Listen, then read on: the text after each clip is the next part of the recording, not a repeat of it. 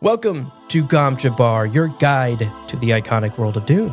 We'll be exploring the themes, philosophies, and characters found in the sandy depths of this vast universe, from Frank Herbert's groundbreaking novels to the adaptations on film and TV. My name's Abu. My name is Leo. And Leo, Yeah. we've completed Heretics of Dune, Oh my God. but we're not done with it. No. Not yet. Not even close. I'm keeping this book close to my heart for the rest of my life. Indeed. Amen to that. No, today we are recording a live Q&A Yeah. about Heretics of Dune. This is happening over on YouTube. For the folks who will hear this audio after the fact, patrons get twice monthly live recording sessions where they get to hang out with us, interact with us in chat, and sometimes, like today, be a part of the episode, be a part of the conversation, and be a part of the recording, because we will be answering questions from chat and answering some pre-prepared questions we have for today, all about the book. Indeed. Now, as a just bit of housekeeping, spoiler warning for today's episode, we are talking about Heretics of Dune in its totality. So if you haven't read the book, if you haven't finished the book, beware. What are you doing? Stop. Stop listening. Go read the book. You should only be listening if you've finished Heretics of Dune, because we are going to be talking top to bottom, including, crucially, like plot things from the end of the book. Yeah, huge plot things. So make sure you've read the book, folks. Yeah. Very quickly here at the top, before we dive in, we got to give a huge shout out and a huge thank you to our Kwisatz Haderach level patrons, Daniel Dion, who's in chat right now. I just saw him. Jonathan Lambert, Brad Hutchinson, Seth Redden Greer.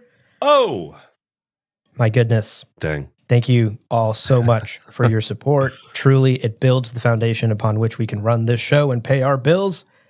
But of course, our thank you extends to all of our patrons at every single level who support us month to month and truly make this show possible.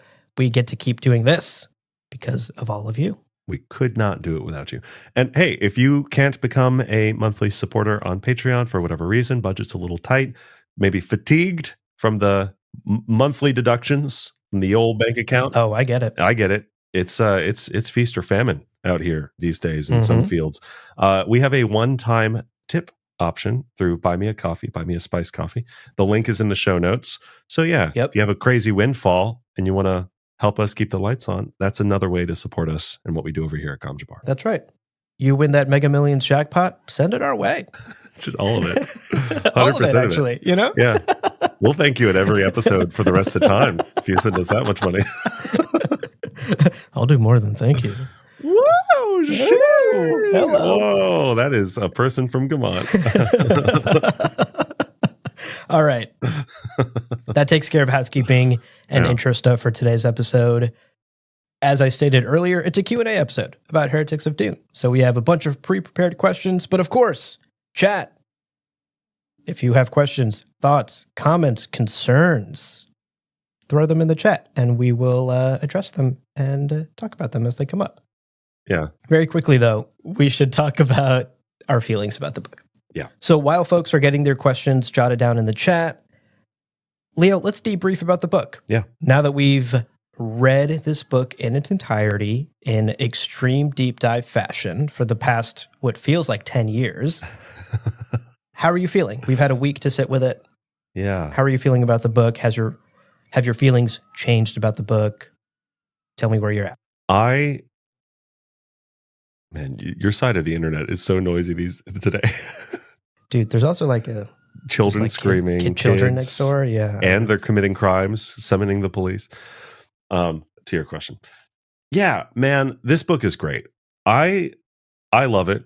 I really have come around on the book. I think so. Like many Dune fans, I read the first book, and the first book's monumental. The first book, it's so hard to compare that first experience of being introduced to Frank's universe. Messiah is a tonal shift, is a masterpiece in so many ways. Yep. Children of Dune is such a fucking romp. It's so good. And then God Emperor of Dune gets a little weird. So I understand when people say the last two books, and talking about Heretics today, Heretics, it's like, feels like a different vibe. Doesn't really feel like it fits into that first trilogy. And many people's lists, it tends to be lower. And I get it. But I also always kind of felt like there was more depth to it that I didn't understand the first time I read it. And I'm so glad we read it together as part of this book club because, man, every few pages, I'd have these like eye-opening, brain-opening moments of like, oh my gosh, the themes are evolving, the characters are changing. We're seeing callbacks to the earliest lore kind of ideas, the prophet making the future, stuff that we've talked about and stuff that, you know, we see Paul wrestling with as one of the first prescient prophets. So to see those themes re-examined and kind of unearthed, and then to see the Bene Gesserit, who's been there the whole time, stepping fully into the main spotlight, and to suddenly have this kind of internal perspective on this monumentally important faction, it is so great. I'm like, I don't want to be hasty, but I feel like this book has suddenly become one of my top 2 or 3 books in the series. Wow.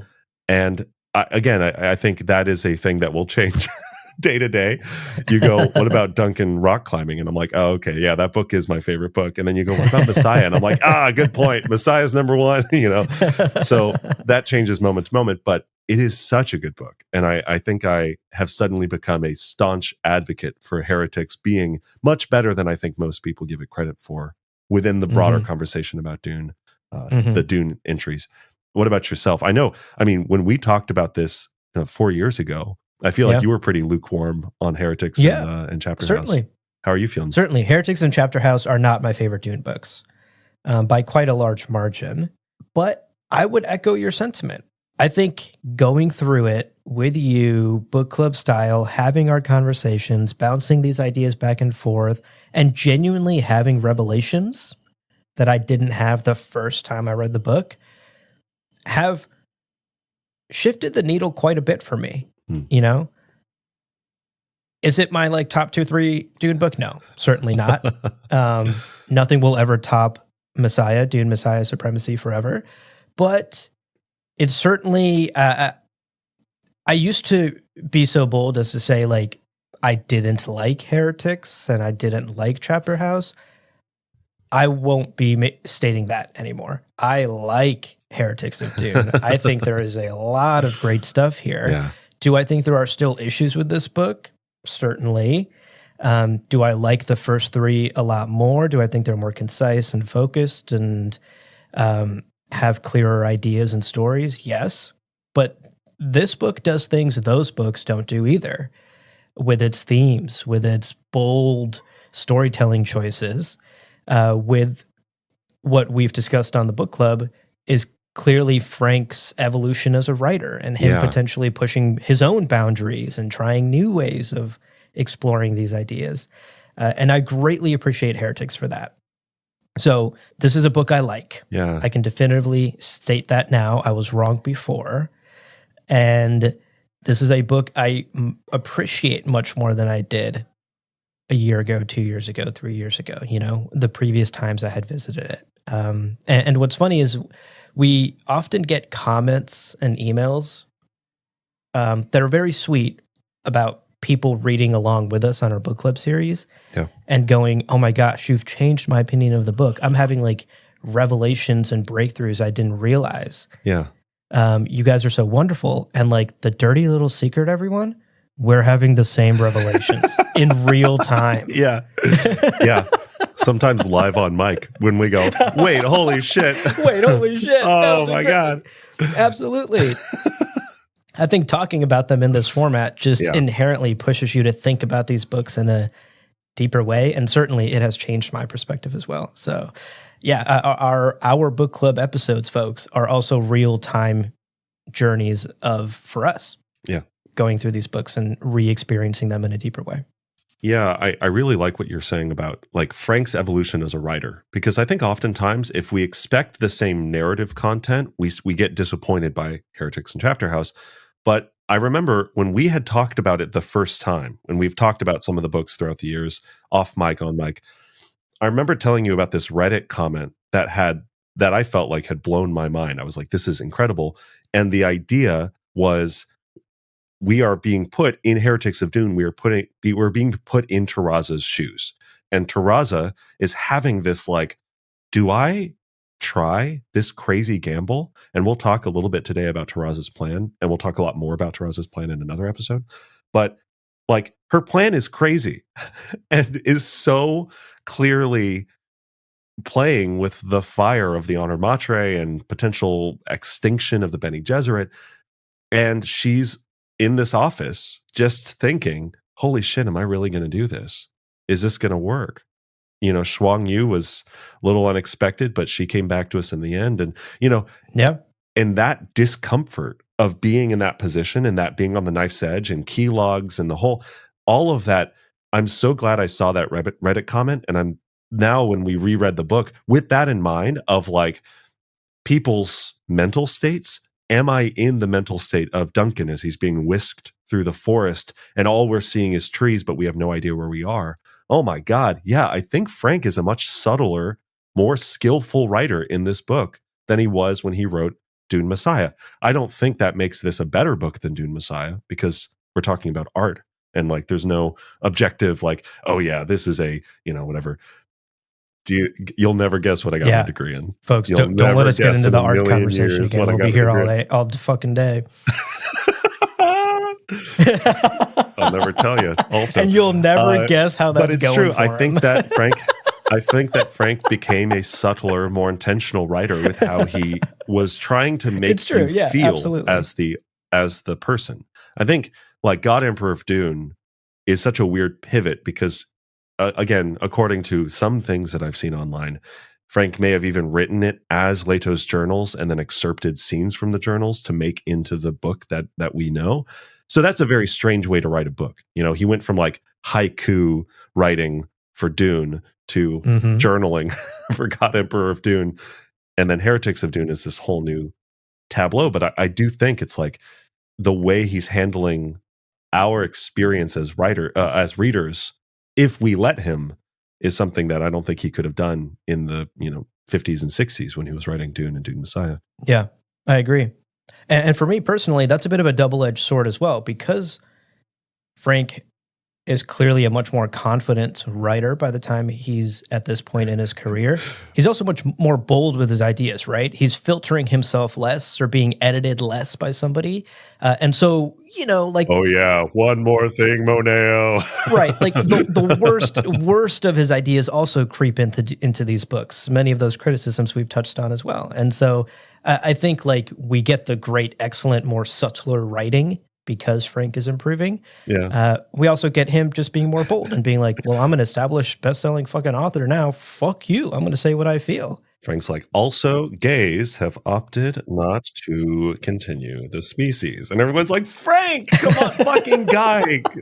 Frank, God damn it, Frank. Oh my God. Exactly. There's some comments I have highlighted here in the chat I want to throw up. Folks are already throwing some great thoughts out. Let's start with John Curtis. John writes, I see the first three as a trilogy, God Emperor as a midpoint, and then Heretics and Chapter House as the first two of an incomplete trilogy. Spot on. I think that was always sort of the intention, yeah.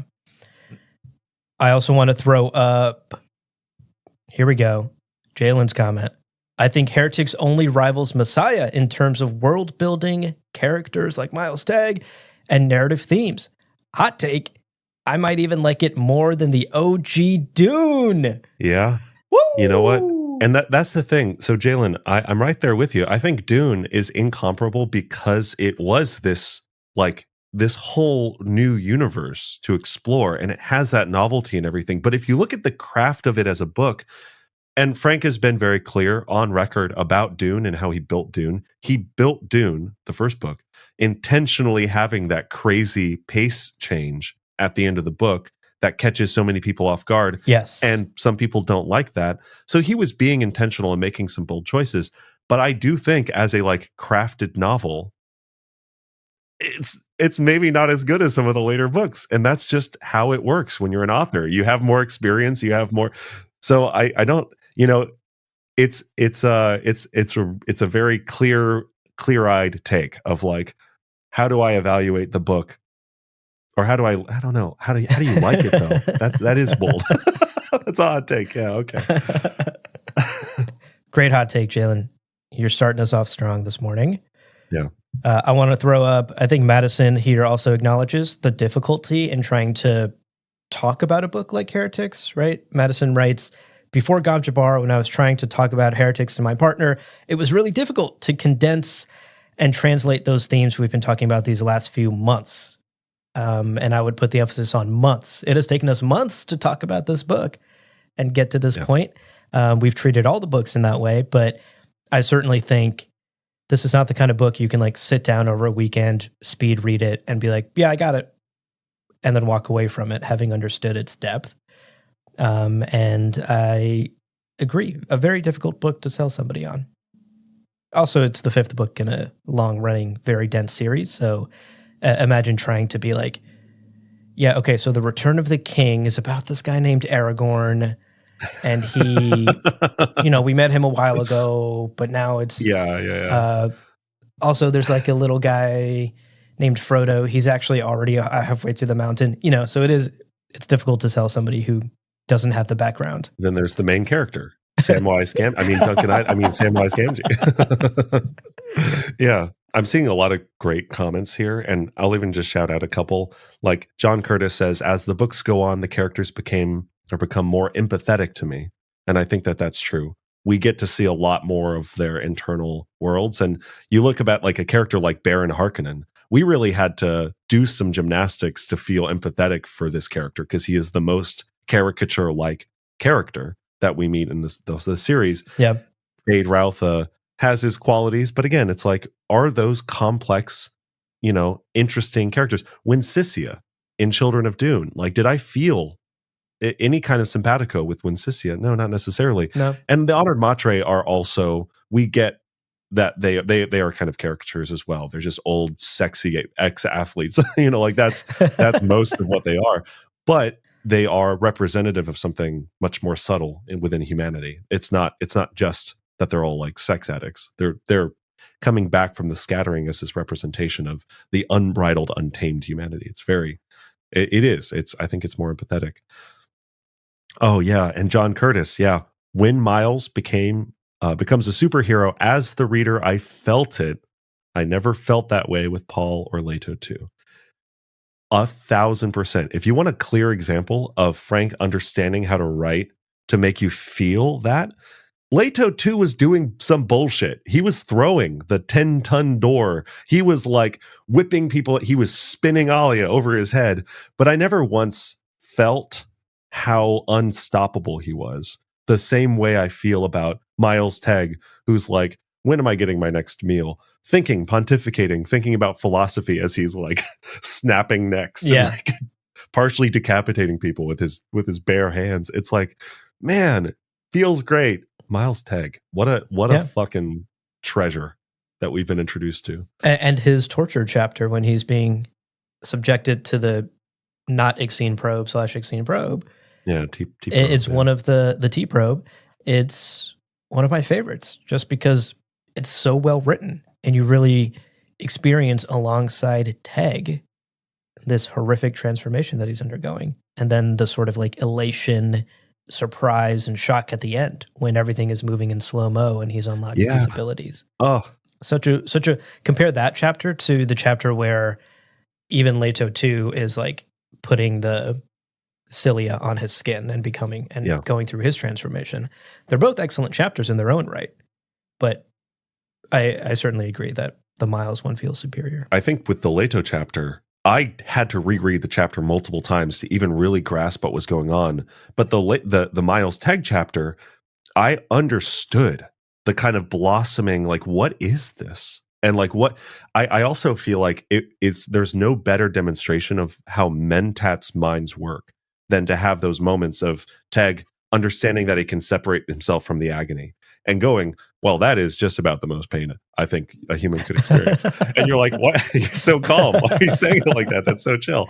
But it's such an incredible chapter. And then, the moment of him going, oh, he's going to push the button. And then there's this like, and his hand was halfway there. It's like, oh, it's so good. Yeah. Excellent stuff. I do want to shout out Chris's comment here in the chat. Chris writes, that chapter, the one we're talking about, Miles's transformation, when his powers are awakened is better than any Marvel superhero backstory. Yeah. So many hot takes in the chat today. That's a pretty hot take. Do you have a favorite Marvel superhero backstory? I know you're not a huge Marvel guy, I think. Yeah. Is Silver Surfer, is he? Yeah. Is he Marvel? Yeah. I know it's like I don't think he's owned by Marvel because I feel like he's part of the Fantastic Four verse and like. Which is Marvel, actually. Which is Marvel? Yeah. Okay. So yeah, I've always loved the Silver Surfer, but I also thought that some of the most compelling superheroes for me were the ones that had almost too much power to fail in like a direct conflict sort of situation. Mm-hmm. And so those ones who deal with the existential kind of philosophical challenges of being powerful, like a lot of Silver Surfer's earliest issues were him just like flying around the planet going, what do I do? Like he can make things not exist anymore. He's very, very powerful. He's power cosmic, but it's like the idea of like, what is ethics? What is philosophy? Like I don't know. Yeah. I really liked that. And I think sometimes you have characters like Batman who's excellent, but he's like beating up guys who are like stealing food to feed their families. And he's like, I broke both your legs. Gotham's safer because you're in a wheelchair for the rest of your life. And it's like, what the fuck, man? His kids are hungry. You're a billionaire. So like solve the problems. So I like Silver Surfer quite a bit for that reason. What about you? Do you have top Marvel? I am a Marvel superhero person, and I am extremely biased towards Spidey. So I've always enjoyed. I mean, it's cliche now, the Uncle Ben story, but like, come on, it's also powerful stuff. And I've always been deeply attached to Spidey. I do like the whole arc with Spider-Man where I think it was Ultimate Spider-Man or something like that, where someone, can't remember who, gets control, Octavius maybe, gets Doc gets his body and then punches Scorpion's jaw off. Do you remember that? I don't remember this.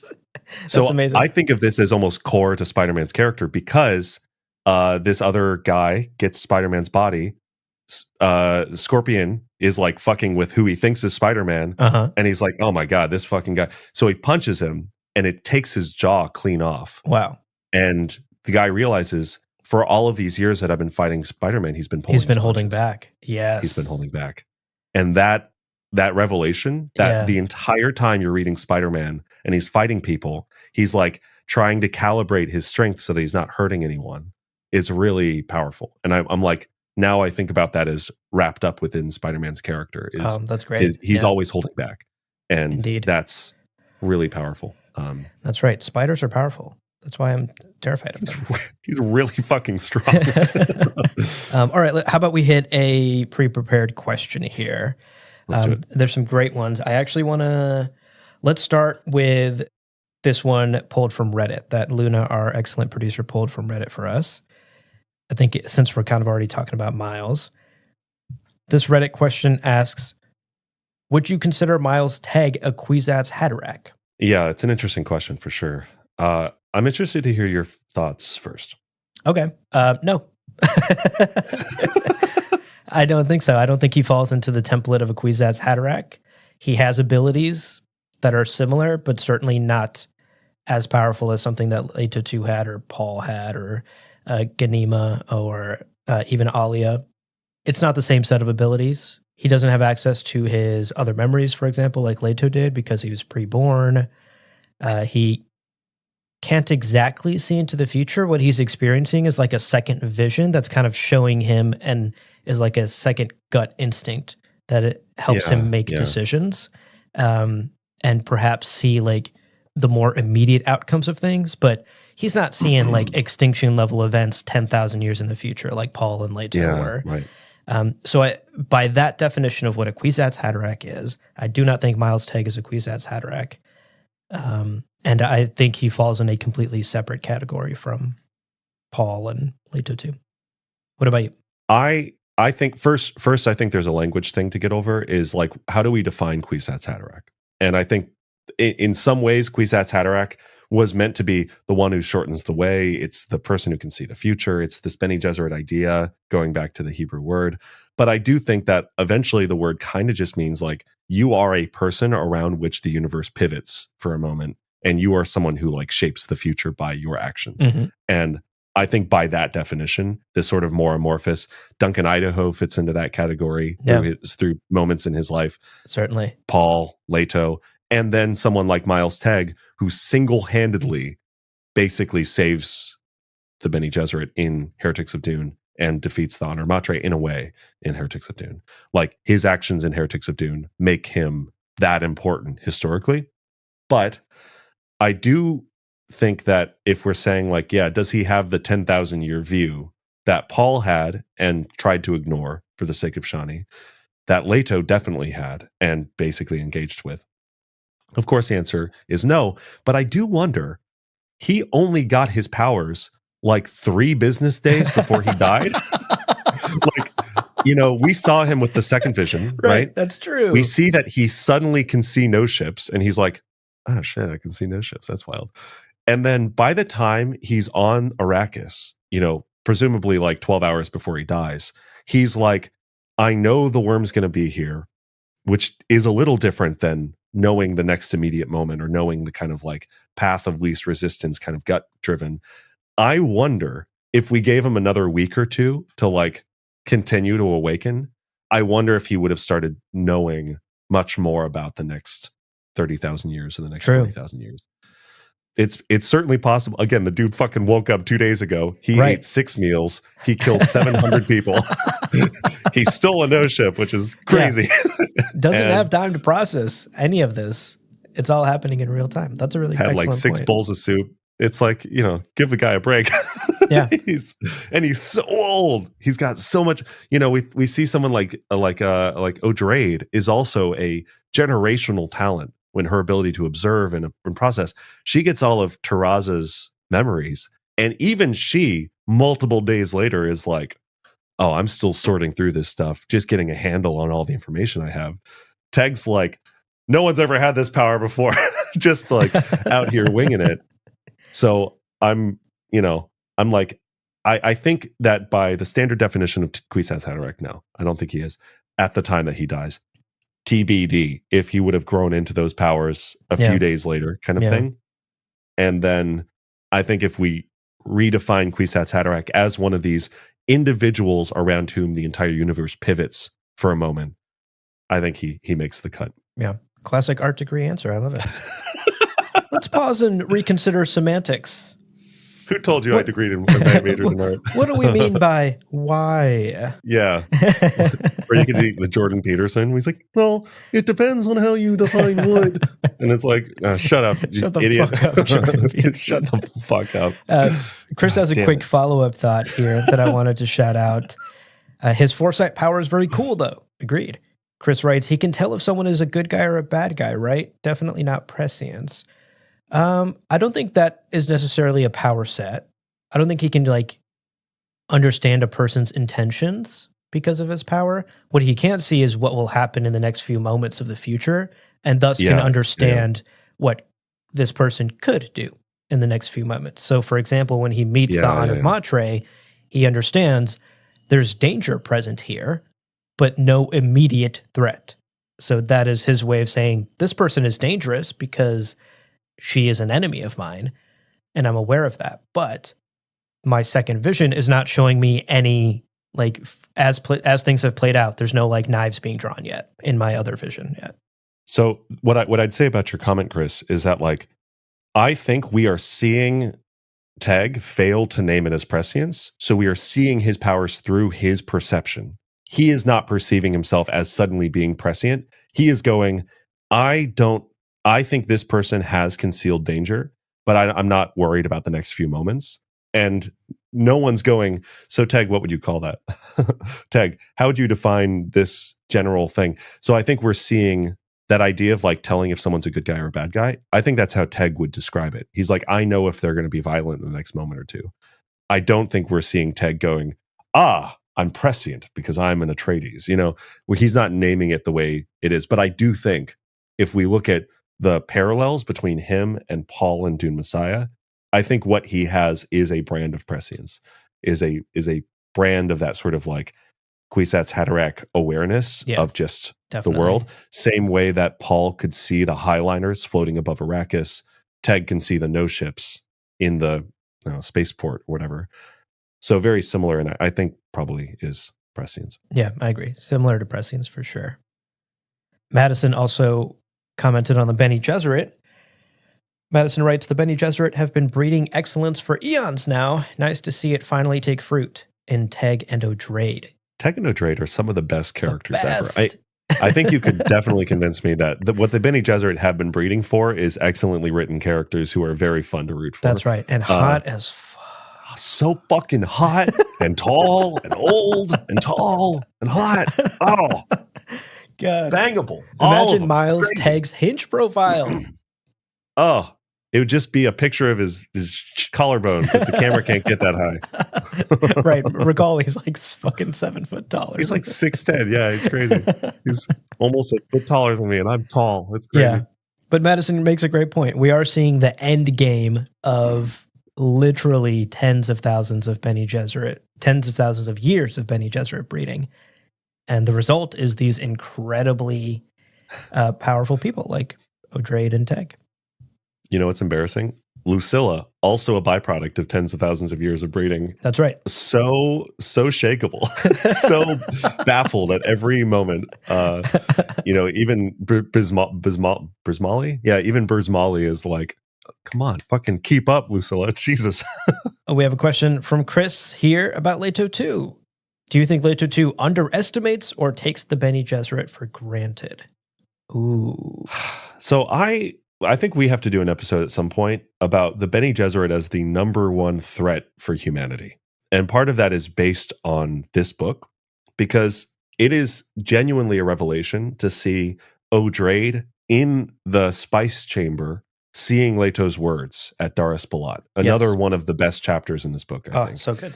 Noble purpose. You have forsaken your noble purpose. Because in that declaration, Leto calls out the Bene Gesserit. You saw the need for the golden path and you didn't take it. And so that poses the question, if you know that something has to be done to save all of humanity and you do not do it, this is like the ultimate trolley problem. You have forsaken humanity, and by your inaction, you have caused the extinction level events that Leto single-handedly had to avoid. Mm-hmm. So I think he values the Bene Gesserit. He didn't get rid of them, for instance. He definitely hobbled them during his rule, but I think he recognizes they need to be around and they have a role in preserving the golden path, and that's why they are there. That being said, I think the Bene Gesserit, as much as I love the Order, I think they are weirdly short-sighted in a lot of their planning, and I don't think they get enough shit thrown at them for the disregard of the need of the golden path, which we know is factual as of this book, as of Heretics of Dune. Yeah. What about you? What kind of thoughts bubble to the surface with this sort of consideration? I think Leto understood that the golden path needed to be continuously pruned and monitored and watched over, and he could do his 3,500-year rule and prep humanity for a future without extinction. But someone would have to refresh those lessons. You can't go on summer break and come back and expect all the kids to remember everything they've ever learned in the previous year.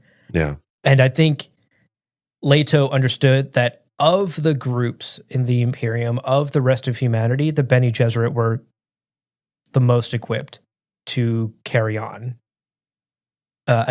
trimming the hedges of humanity's future. And I think a lot of the messaging that O'Drade comes across in this book, that's some of the subtext here, right? Bene Gesserit, you have been on this, you have had your own purpose. Now I beseech you to find a more noble purpose, right, to continue pruning my golden path, to continue protecting the future of humanity. You like you're saying, you had foreseen the dangers and you did nothing. Now I'm telling you, do something. Yeah. And so I don't think he underestimated them in any way, but I also don't think he took them for granted. I think he recognized, besides me, the literal godworm Kwisatz Haderach, the next best people in line to handle this situation are the Bene Gesserit. So let me prep them as best I can. And that's what O'Drade is coming across in this book. It's also so interesting because in this book, we get so many characters going, are we still under the tyrant's thumb? Are we still dancing to his tune? And I think one of the best chapters in the book is O'Drade realizing in some ways, yes, he left this message as a like catalyzing, and as we talk about Taraz's plans, this will probably be one of those moments that pivots the plan and says, actually, you need to take some bold choices and you need to make some, risk it all. Because if you don't, humanity is extinct. And along those lines, John Curtis's comment, I think to understand the Dune universe, you have to challenge your premises about it. Was the Golden Path the right one? Should humanity have been left alone? And I think I've had the kind of quiet and really uncomfortable suspicion that it'd be interesting to look at Leto 2 as being wrong, to look at Leto 2 as actually being kind of high on his own Kool-Aid and just megalomaniac, and he's kind of spun up his own story and his own mythos, and he believes it too much. And we see shades of that in God Emperor of Dune. Like, does Sihanouk really need to be this self-congratulatory? He's got Muad'Dib's Glock that he's like waving around the room. Do you need to? You need to be doing that. So I do think it's worth at some point maybe doing an episode where we just really skeptically dig into, like, devil's advocate. Let's look at Leto as the ultimate villain to humanity. But if we take Leto at his word, and I don't see any reason that we wouldn't, considering he is basically like an advocate for Frank, the author's intentions throughout the book, I think we have to acknowledge Leto single-handedly saved humanity multiple times before God Emperor of Dune, and then set the path for humanity to dodge the additional existential threats, where even the Honored Matre coming back to the kind of core universe, they are risking it all. They are jeopardizing it all in a way that is very real. And regardless of like Leto's bullshit that he's spewing every time he gets on his little TED Talk stage, I think the threats that he's talking about are very real. So yeah, I think if not for him, I think we'd probably be gone if we take him for his word. I agree. Yeah, I think it is a fun thought exercise to question Leto's golden path, and to I certainly myself have asked, like, remember during our God Emperor of Dune book clubs, I was like, did Leto need to do this? Like, or did he have to be so mean about it? Could you not like teach us your lesson nicely, Leto? Like, did you have to oppress us for 3,000 years? It's certainly, I think, worthwhile to question the golden path. But I will say, as the premise as the main premise of the story, I don't think it bears much fruit to analyze the story through the lens of the golden path being incorrect, because it's positioned as correct, and it has been positioned as thus for many books now. The Lord of the Rings is on the mind today for some reason, but I don't think there's much fruit in trying to read Lord of the Rings assuming the One Ring isn't what it isn't Sauron's one ring that would subjugate all of oh my God. What a weird consideration. What if it's just a fucking ring? Like, what if it's just a normal ass ring that does nothing? Like, that's a fun what if, I think, to ask. But the entire premise of the book hinges on the One Ring being the One Ring. And so to question it, I think, risks misinterpreting the author's intent. I think Frank and Leto intended for the golden path to be the truth, and for us to interpret the rest of the book through that lens. And certainly to question methods, right? Certainly to have heretical thoughts. That's what a lot of this book is about. Yeah. Oh, great point. I would argue the golden path is true, and we have to take it as such to understand their books. Yeah, you make a good point, because like if we look at Frank as the author, we can use authorial intent, and we can glean a lot from his interviews where he very clearly, strongly felt that like a machine attitude of overdependence and over-reliance and falling back on these old patterns of stagnation and all these things, he very clearly believed. Yeah. And he very clearly was writing these books as an intended warning for his readers to say, okay, and then a warning against charismatic leaders, sure. But would we say God Emperor Leto was a charismatic leader? He was a leader, but he was a self-described tyrant who everybody fucking hated. So, people worshipped him for sure. He had many wives, as it turns out. But it's like, I do think that if you look at Frank's broader intentions as an author, the themes of Dune, it makes the most sense to say, yes, the Golden Path is real, and it is the only way that humanity doesn't fall into stagnation and thus extinction eventually. And how do you do that? Well, you force them into stagnation so that they never accept stagnation again. And that is trusting God Emperor Leto to be who he claims to be. Yeah, I agree. But again, I think a really excellent thought exercise, and it leads to conversations like this, right? And I think so much of this book, my personal takeaway of Heretics of Dune is ask the hard questions, ask the uncomfortable 1,000%. questions, Yeah. ask the heretical questions. That doesn't mean you believe the heretical thoughts, but there is value in simply asking them. And there is danger in dogma and stagnation and in assuming you already have all the answers or that you already understand all the history of something. That's the core message of the book that I take away. And I feel like it's a very powerful one. For me, it's a life-changing one, right? It's a perspective that genuinely shifts my worldview. Yeah. Which is a powerful thing to say about a book. I mean, looking back on the last 17, 18 episodes that we did about this book, Yeah. the number of times we were like talking about other things, right? Like I shared the perspective of like being raised in Berkeley, California. There were a lot of like liberal, accepting, compassionate people around me, but who their liberalism and their ability to be compassionate toward people basically froze in the 90s and 2000s. And now those people who were so staunch as advocates for like gay and bisexual people are like, what is trans? Why do I have to use the right pronouns for you? And it's like, fucking compassion and love is not something you arrive at and then never have to work on again. Right. This is an ongoing thing. You just have to continue to work and be humble and recognize that you're not going to have all the answers. And that doesn't hamstring you in being a compassionate, good person. So, and that is something I get from this book and from 100%. It's like that idea of, we figured it out. We got all the answers back in the fucking 70s and we're not going to think about it anymore. And it's like, God damn it. No, shit's different now. It's so different. Right. So I think it's so valuable. Like, make the Bene Gesserit great again.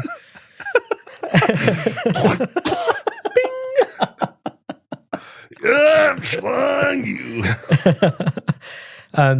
Okay, there's a really excellent Discord question. Moving on from Leto 2, I really want to make sure we hit on this because Normal Senva, one of our patrons in Discord, dropped a really amazing question. It's too long to fit here on screen, so I'm actually just going to pull up Discord and read it. But I did put the main thrust of the question on screen. Okay, so Normal Senva wrote in Discord, we're placed at a time where melange can be synthetically produced, and I assume has flooded the old empire's market. Lifetimes are extended. Low-level prescience, like using the tarot, is present in more people. Arrakis turns into the Vatican, essentially. That's a great analogy. The Bene Tleilax grows fat with influence. The Ixians aren't bothering to hide their illegal tech anymore. How do you think that made the old empire especially vulnerable to the Honored Matre's influence? Would their campaign have worked if melange was made only by the worms? Oh. A very interesting question to consider and something I genuinely had not considered. Like the Honored Matre's campaign? Yeah. Like how quickly the Honored Matre have infiltrated the old empire and gotten a foothold and presented this existential danger. Oh, true. Yeah. I guess Normal Sen was getting at the idea that a lot of the old power structures and status quo that we know from the first 3 books has been utterly shattered and changed. Yeah. Did that make the old empire weaker in the face of a threat like this? Yeah. Oh, Chris's comment. That is a complex question, and much of it is over my head. You know what? Fucking same. But let's try it. Yeah, let's think about it. I do think it's interesting because you're right. Like the Ixians, we have so many of the people basically going back on these lessons hard learned by humanity over thousands of years that led to the Butlerian Jihad. And I'm sorry, Brian, but it didn't have crazy pew-pew space laser robot battles, but it had men controlling other men with technology. And now we have people kind of falling into some of those same problems, some of those same weaknesses. And I think that if Arrakis were the only source of spice still, that would have for sure made it easier for the Honored Matre to track down this source of spice and basically just immediately win. Because if they control spice, they control the universe, and they are, as a blunt force, basically unstoppable. It seems like right now in Heretics, save for Teg, save for only Teg, and even he ended up on the planet that became a charred mess. Yeah. So I think like if Arrakis were the only source of spice, yes, the Honored Matre would have very, very quickly taken over the Imperium in a way that just would not be challengeable. It's interesting though.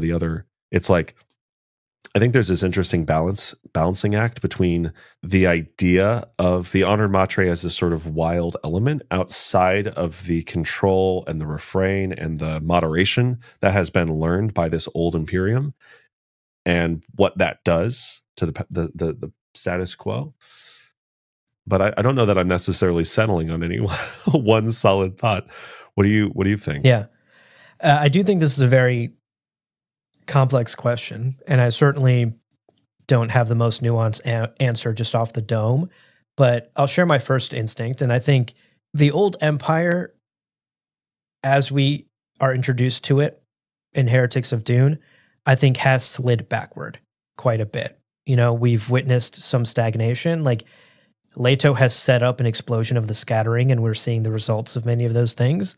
But not all of his lessons stuck, right? Consider the quote-unquote Vatican, the Church of the Holy, what was it? Divided God. The Church of, thank you, the Church of the Divided God on Arrakis is literally doing shit that Leto too, and to some extent Paul also, spent years, decades, thousands of years railing against.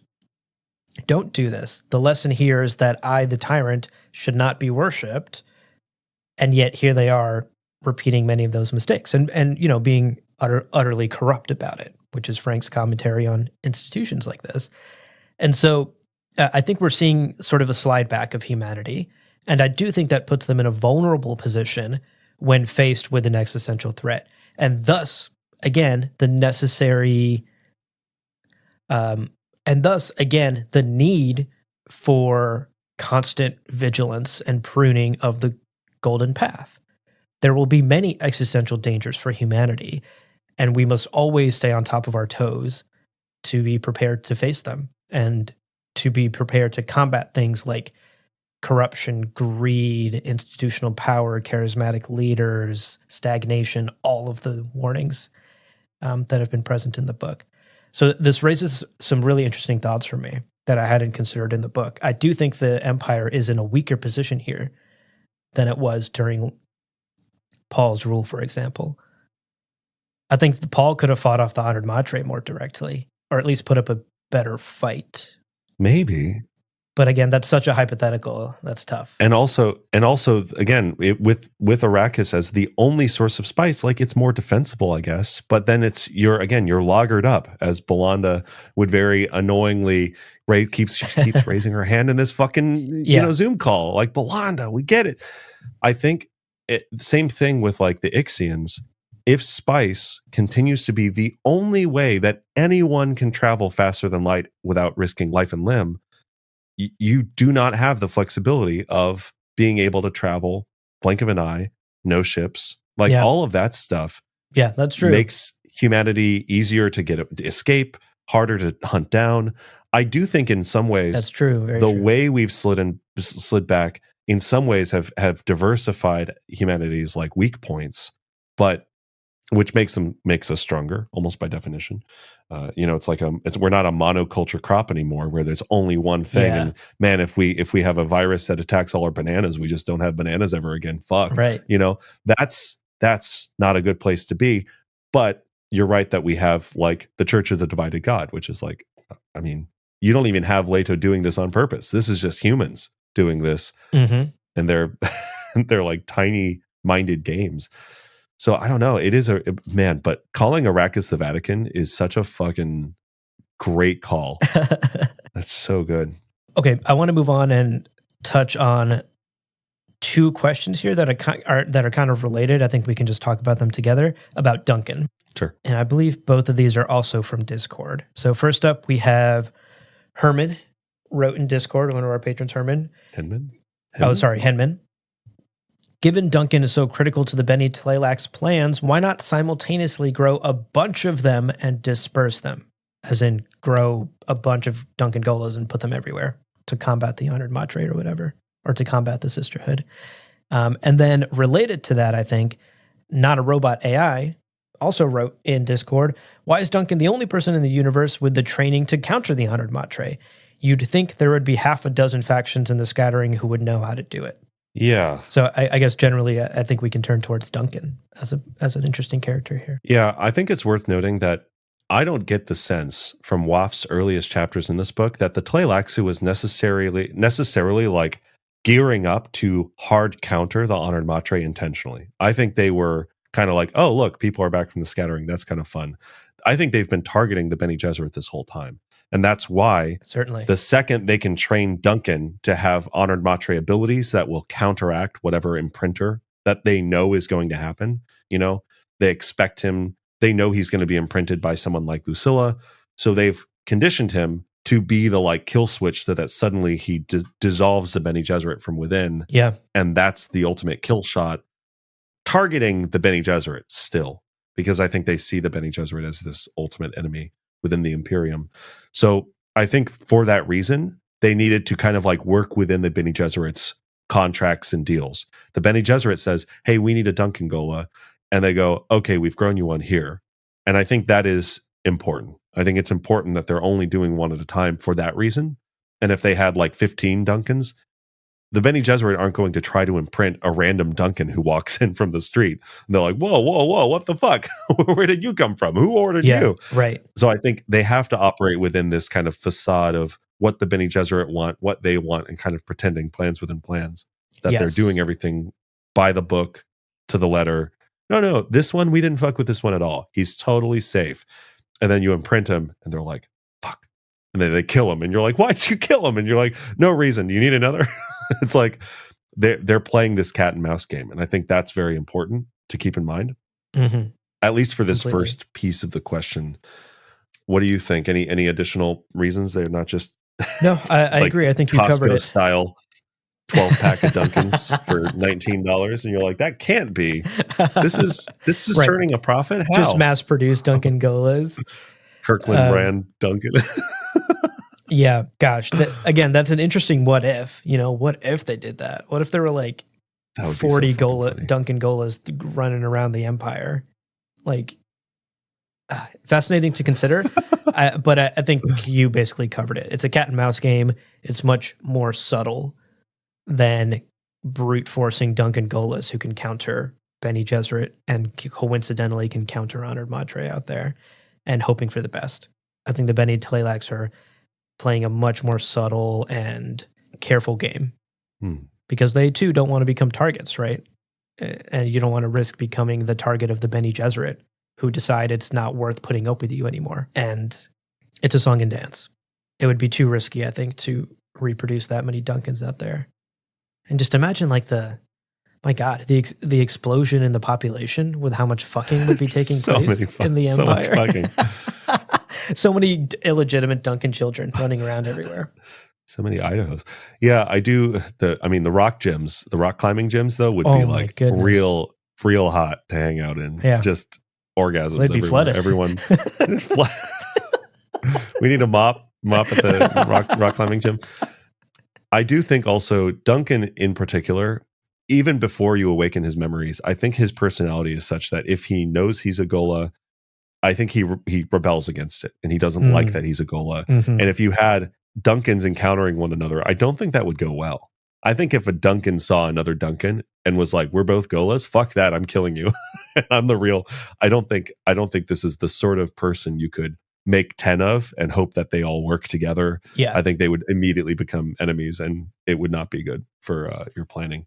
What was the second piece of the question? The second question? The second part of the question was why Duncan specifically can counter the Honored Matre? Like, why hasn't anyone else figured out how to counter their sex powers? Yeah. You think that they would be... So I think part of this is just that the Tleilaxu are in a particularly powerful place with their disposable face dancers. Oh, you actually, can send a face... Sorry, before you continue, I have to correct.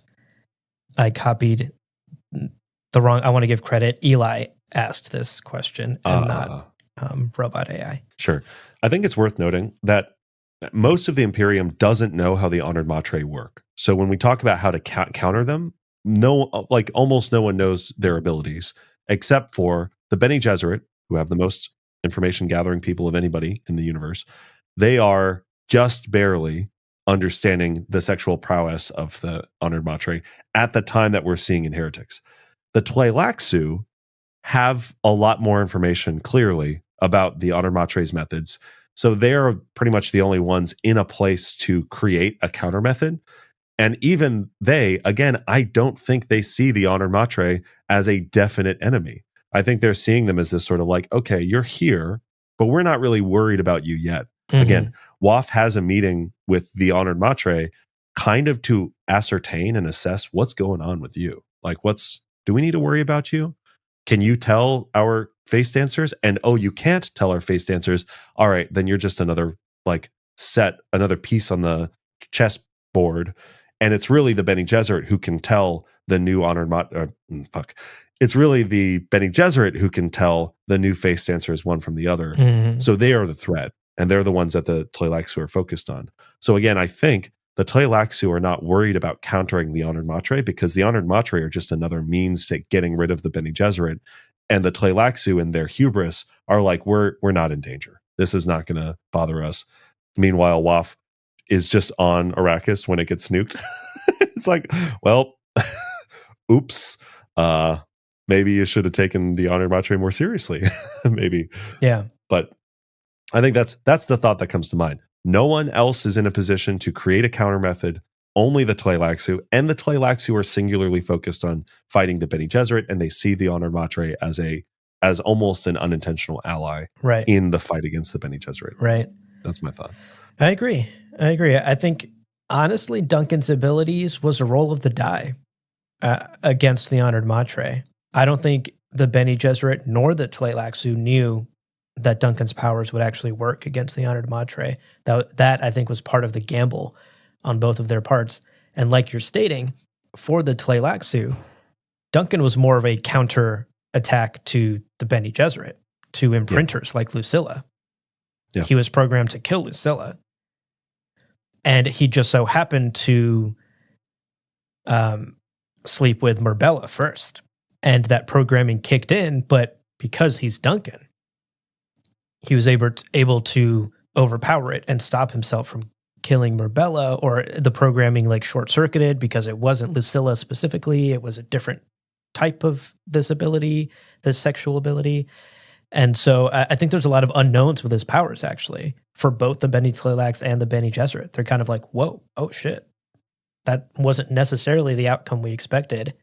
And I think it's all part of this huge gamble against the existential threat of the Honored Matre. And it's why it makes Duncan so absolutely critical to their plans now, and why they have to keep him under lock and key in the no ship. It does bring to mind the epigraph about the people not necessarily understanding these things before they're utilizing them. The smiths of old making tin and copper and these alloys without necessarily knowing the molecules. The Bene Tleilax don't understand what they're playing with Duncan, but that doesn't bother them. They didn't know Hate, the first Duncan to awaken. They didn't know that was possible until Hate. And then they're like, oh, shit, it worked. Cytail was like, whoa, holy shit. Yeah. We have a whole new thing we can do now. That's crazy. True. They are yes-anding everything constantly. They've got no plan. It's kind of fun in its own, silly way. Yeah. I will say, though, I think the second part of this question is interesting to me because doesn't Lucilla meet that older woman who's not an old woman, who's actually kind of a sexy young babe or something, who says something, I can't remember the exact quote, but says something like, oh, our job is to combat the Honored Matre. Yeah, she hunts. We hunt Honored Matre. Yes, right. Yeah. And so I don't think that Duncan is the only person in the whole universe that can counter an Honored Matre. I think he just has a very powerful ability to counter specifically their sexual prowess. Yeah. But I think within the scattering, within the other groups and factions out there, there are people who can just like fight them and put up a resistance Yeah. against them. I just think Right. in the old empire, this is such a new unknown alien force Right. Yeah. that we yeah, don't yeah. have the shield against, right? They're a new type of sword, and we're floundering with our old shields that don't work against this. Duncan is maybe the first shield that did work against the Honored Matre in the old empire. So I think to that point, there's that whole conversation about the Honored Matre don't understand the nature of the battle they're waging, because every force calls upon, creates counter forces. And in the scattering, they have counter forces. They That's have right. people like that old woman who hunt them. And there are other things that, like, why are they back? It's hinted that they're running from something. The whole reason they even came back. Yeah. They're running from something. So the other thing is they get back to this galaxy. They're sending out their Honored Matre willy nilly. One of the no ships goes missing. Whatever. Oops. And now you have the Tleilaxu armed with, oh, this is how you do the sexual imprinting and all this crazy stuff. Counter forces. It's all like force and counter force. Yeah. So Absolutely. yeah, that's a great point. Great question. Yeah. Thank you, Eli. Correction. Eli asked that question. And a great one. Great discussion. Someone says, what brand type of pants did Duncan wear? I was going to say Dunkaroos. Dunkaroos, Idahos. Mm-hmm. I just wanted to make that joke. Anyway. Nice. Chris responded with, for sure Duncan wears overalls. Oh, so sexy. Yeah. Eli says he wears the brand that's tight around the crotch. Absolutely. Really tight. Really just full outline all day long, you know. Okay, we're almost at time here, so maybe we can just hit on a final couple of comments. I highlighted this one from Jalen earlier that we missed that I want to circle back to, kind of sticking with our conversation on Duncan, Idaho. Jalen asks, do you think Frank intended him, as in Duncan, to end the series as the unlikely main character of the saga, or would his awakening subvert Frank/Leto's message about the dangers of charismatic/sexy leaders? I guess generally, what do we think Frank Herbert's intention with Duncan, Idaho was, especially in these latter books? I think in the early books, it was kind of an unexpected. Everyone loved Duncan in Messiah, and he was like, sick, I'll keep bringing him back. So I don't know that he necessarily had a plan that early regarding like Duncan as the secret main character of Dune. Yeah. But certainly into God Emperor of Dune and now Heretics, Duncan does seem to be this sort of like quintessential character. Yeah. But I think it's important to note that in God Emperor of Dune, he wasn't cast as actually being very charismatic, right? Like Moneo is like, you're an old-fashioned model, you piece of shit. And he's being petulant, he's being childish. He helps Siona with her revolution, but ultimately he has his like funny memeable moments of rock climbing so well that Nayla orgasms, but he's not necessarily the like charismatic great guy that we all are rooting for, especially in God Emperor of Dune. So now we meet him in Heretics, and he does seem to be a new brand of Duncan that we've never met before. It is hard to fully address this question without talking about chapter house stuff. So yeah. I think keeping our conversation to just Heretics, it is clear that Duncan is a singularly important character, but I don't know that he has been characterized over the many books as the charismatic leader we should be careful of. Agreed. He is a flawed human who is operating on a basis of loyalty and strong principles, who is very good at fucking and really great at rock climbing.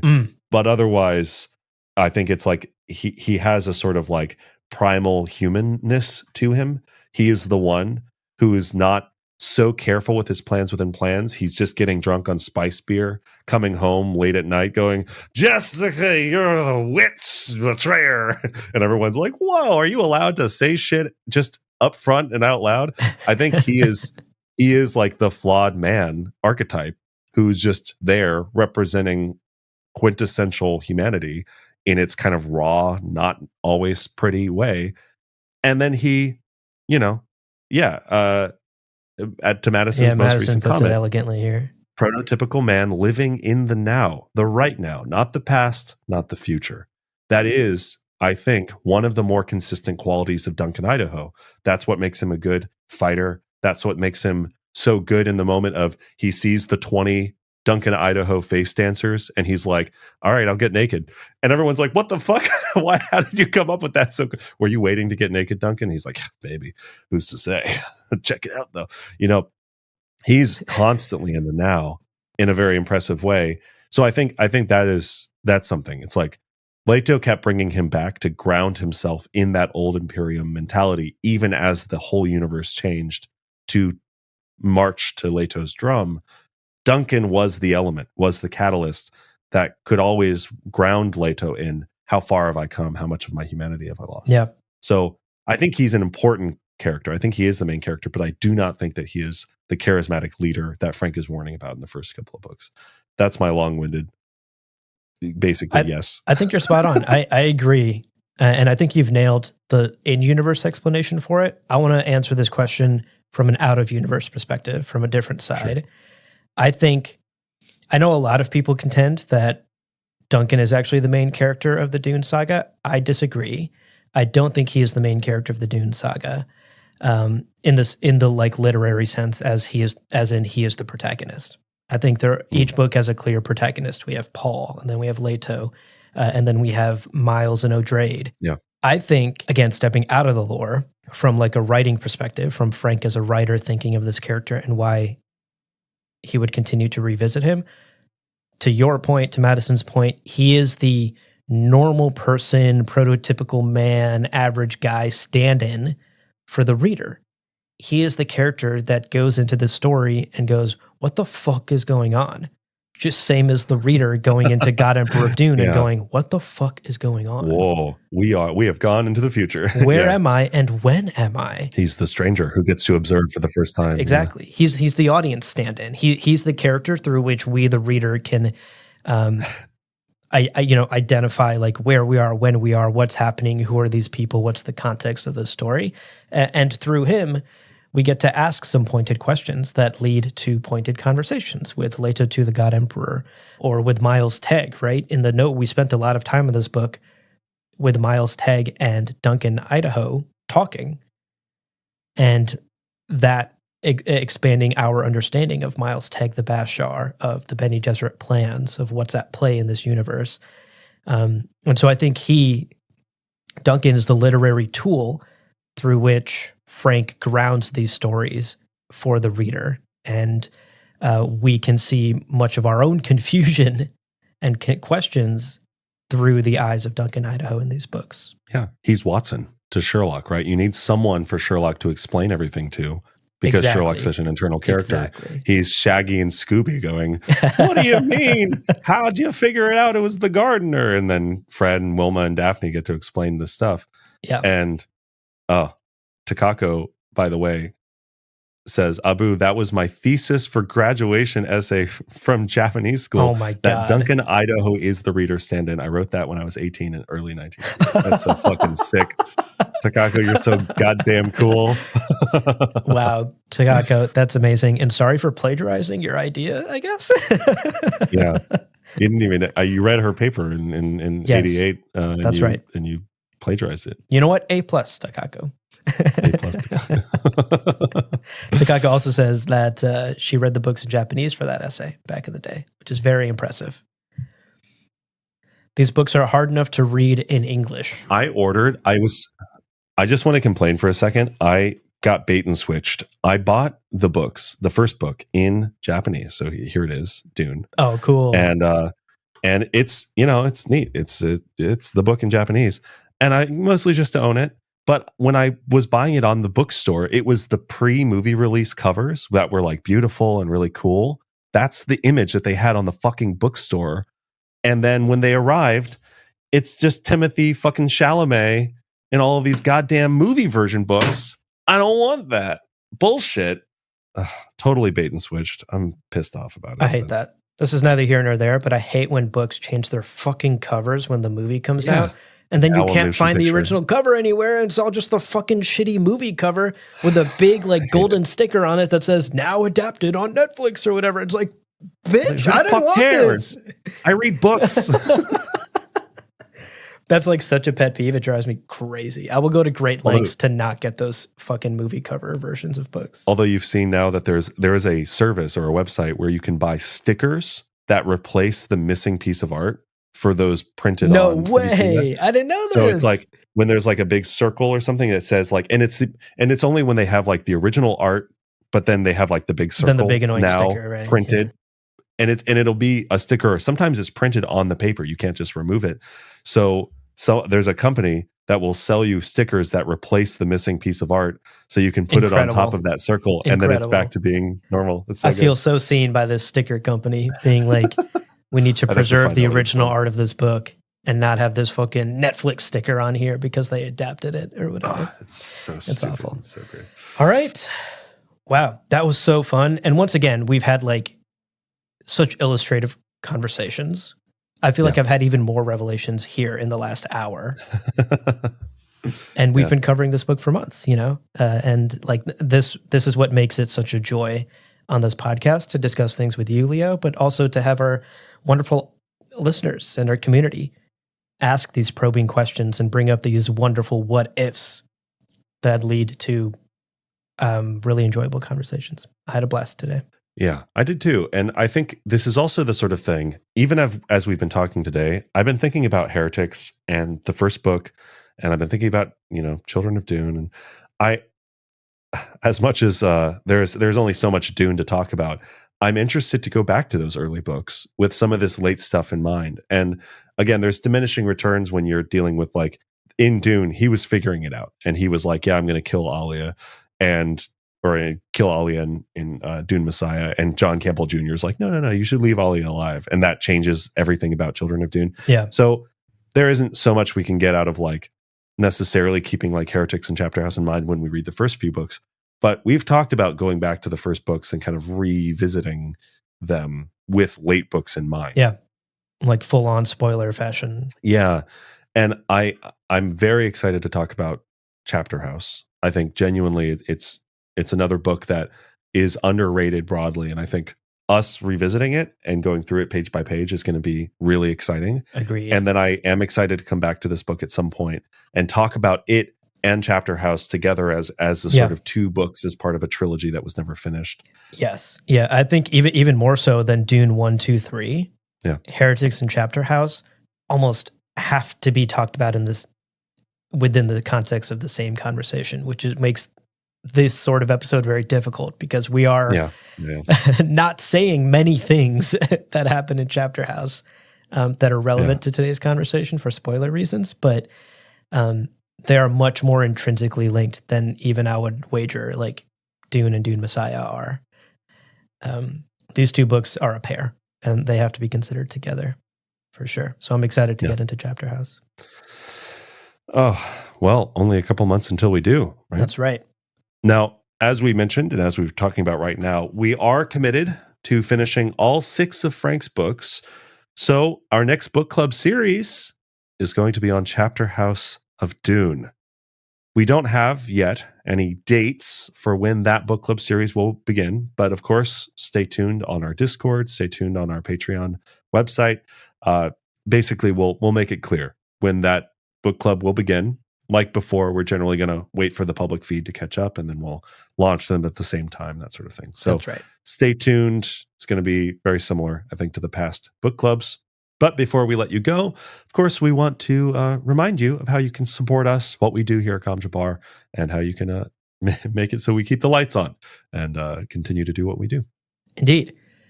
And for the folks watching the live stream chat right now, y'all already know this, but the 2 best ways to support us is to become a patron, patreon.com/GomJabbar.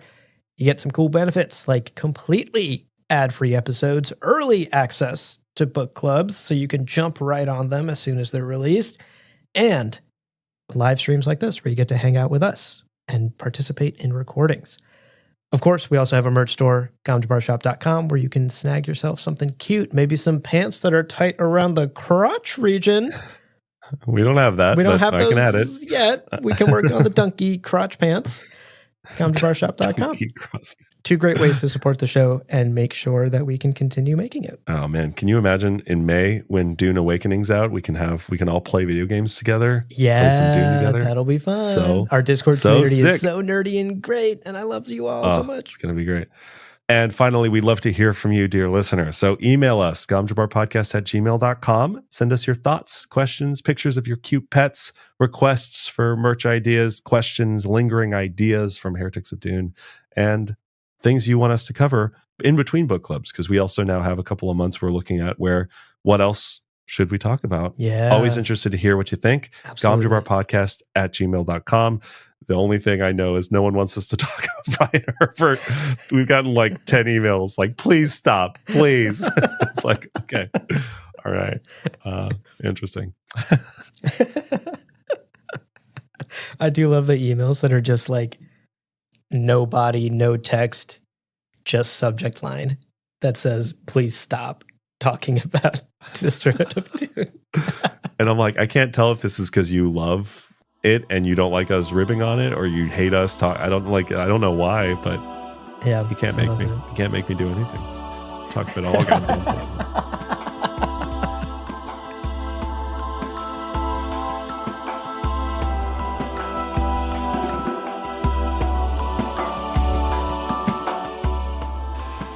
Well, friends, there is no real ending. It's just the place where you stop the recording.